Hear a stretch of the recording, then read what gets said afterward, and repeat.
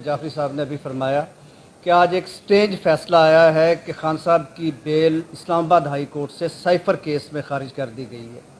ये वो साइफ़र है जिसकी गुमशुदगी के हवाले से आज ये केस चल रहा है। राना सनाउल्लाह का बयान ऑन रिकॉर्ड मौजूद है। आपका मीडिया चला चुका है कि साइफ़र वजारत में मौजूद है। दूसरी बात यह है कि खान साहब बीइंग प्राइम मिनिस्टर उसको पब्लिक करने का भी इख्तियार रखते थे, और ये वो साइफ़र है जिसको आपकी कैबिनेट कमेटी, जिसको आपकी नेशनल सिक्योरिटी काउंसिल डिस्कस भी कर चुकी थी। इसके साथ साथ हम देखते हैं कि कन्विक्ट आदमी को ऐसी सहूलियात दी जाती हैं, उसको एयरपोर्ट का जो स्टेट लाउंज है उसमें बायोमेट्रिक की सहूलत दी जाती है। कानून कहता है कि एक आदमी जो कन्विक्ट है जब तक वो कस्टडी में नहीं लिया जाएगा उसकी कोई एप्लीकेशन एंटरटेन नहीं होगी।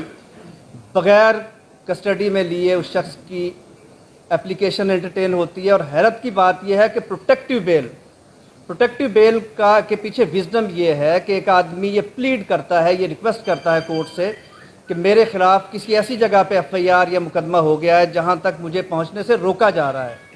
एक आदमी जिसको पूरी स्टेट मशीनरी प्रोटेक्शन दे रही है, प्रोटोकॉल दे रही है, उसको प्रोटेक्टिव बेल देते हुए इस्लामाबाद हाई कोर्ट ने ना तो प्रिंसिपल्स का ख्याल रखा, ना कॉन्स्टिट्यूशन का ख्याल रखा, ना ही प्रेसिडेंट्स जो सुप्रीम कोर्ट की थी उनका ख्याल रखा।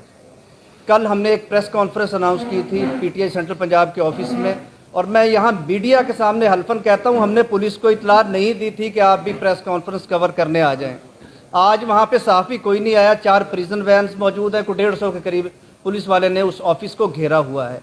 तो ये वो लेवल प्लेइंग फील्ड है जिसका पिछले 1.5 साल से मरियम नवाज़ साहिबा, नवाज शरीफ साहब, शहबाज शरीफ साहब और ये सारा का सारा पीडीएम टोला दुहाई दे रहा था। अगर लेवल प्लेइंग फील्ड यही है कि पाकिस्तान की सारी पॉलिटिकल फोर्सेस को कॉर्नर कर दिया जाए, किसी को कैंपेन ना चलाने दी जाए। हमारी आज की जो प्रेस कॉन्फ्रेंस थी उसका मकसद ये था कि हम बताएं कि हम आइंदा के इलेक्शन में क्या स्ट्रेटजी हमारी है, हम कैसे जा रहे हैं। इसी हवाले से हमने पहले एक लाहौर में जलसा करने के लिए एप्लीकेशन दी थी, और इसी पस मंज़र में ही पहाड़ साहब ने वो कॉर्नर मीटिंग के लिए एप्लीकेशन दी थी, जिसके ऊपर फिर पुलिस ने चढ़ाई की, इनका ऑफिस तोड़ा गया, इनके घर घुस के बदतमीज़ी की गई। हम सब इसी कंडीशन से गुजर रहे हैं। डेली किसी न किसी का घर का दरवाज़ा पुलिस खटखटा देती है, और उसके बाद फिर उस लेवल प्लेइंग फील्ड की तरफ ले जाने की कोशिश की जाती है कि आपको छोड़ देते हैं, आप एक प्रेस कॉन्फ्रेंस कर दें, आप एक बयान दे दें।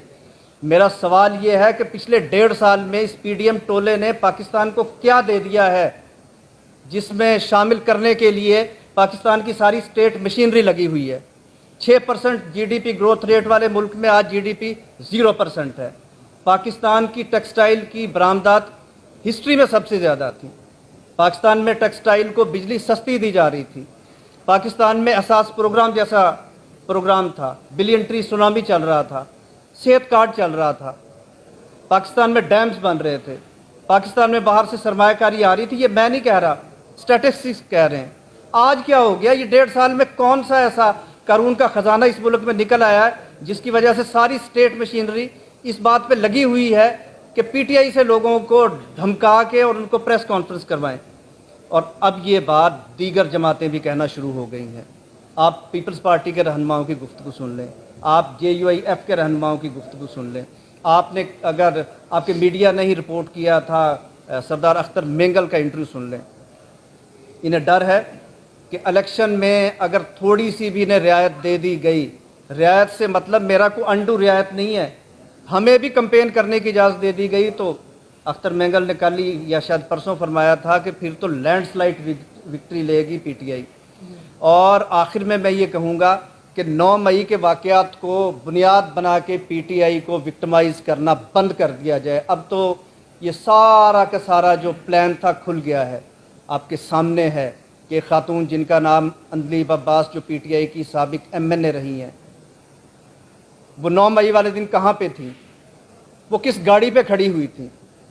वो जिस खातून की गाड़ी की छत पे खड़ी हुई थी उसको तो पिछले 5 माह से खतीजा शाह को आपने जेल में रखा हुआ है, और जो छत पे खड़े होकर नारे लगा रही थी उसको सिर्फ एक प्रेस कॉन्फ्रेंस करने के बाद आम माफ़ी मिल जाती है।